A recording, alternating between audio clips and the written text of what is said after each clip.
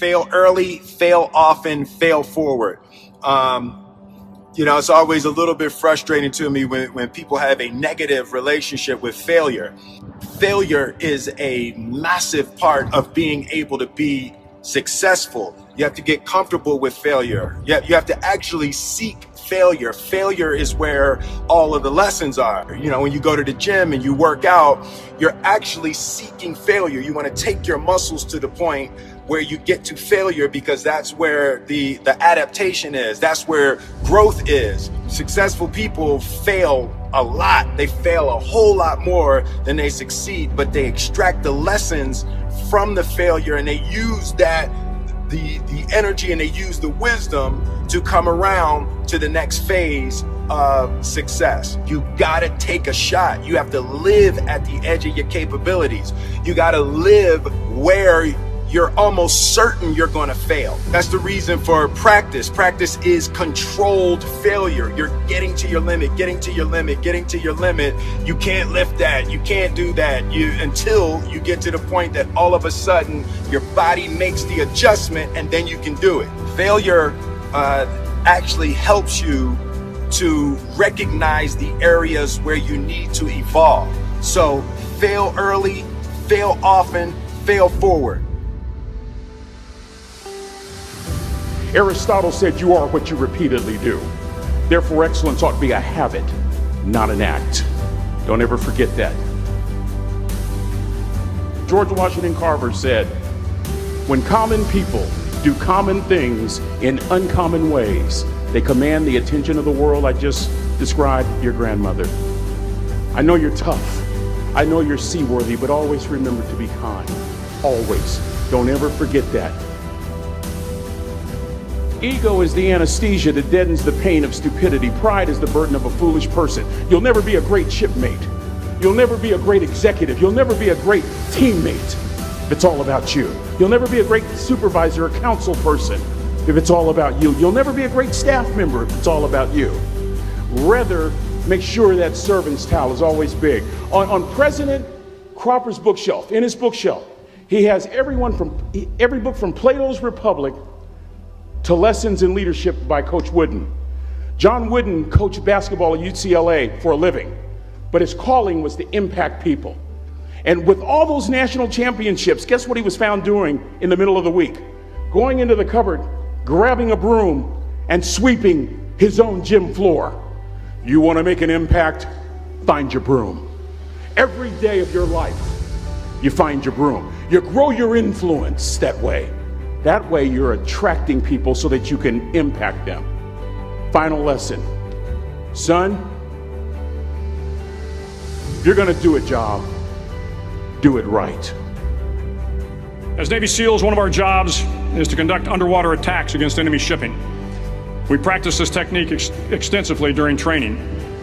The ship attack mission is where a pair of SEAL divers is dropped off outside an enemy harbor and then swims well over 2 miles underwater, using nothing but a depth gauge and a compass to get to the target. During the entire swim, even well below the surface, there is some light that comes through. It is comforting to know that there is open water above you. But as you approach the ship, which is tied to a pier, the light begins to fade. The steel structure of the ship blocks the moonlight. It blocks the surrounding street lamps. It blocks all ambient light. To be successful in your mission, you have to swim under the ship and find the keel, the center line, and the deepest part of the ship. This is your objective. But the keel is also the darkest part of the ship, where you cannot see your hand in front of your face, where the noise from the ship's machinery is deafening, and where it gets to be easily disoriented, and you can fail. Every SEAL knows that under the keel, at that darkest moment of the mission, is a time when you need to be calm, when you must be calm, when you must be composed, when all your tactical skills, your physical power, and your inner strength must be brought to bear. If you want to change the world, you must be your very best in the darkest moments. The 9th week of training is referred to as Hell Week. It is 6 days of no sleep, constant physical and mental harassment, and one special day at the mud flats. The mudflats are an area between San Diego and Tijuana where the water runs off and creates the Tijuana Sloughs, a swampy patch of terrain where the mud will engulf you. It is on Wednesday of Hell Week that you paddle down to the mudflats and spend the next 15 hours trying to survive this freezing cold, the howling wind, and the incessant pressure to quit from the instructors.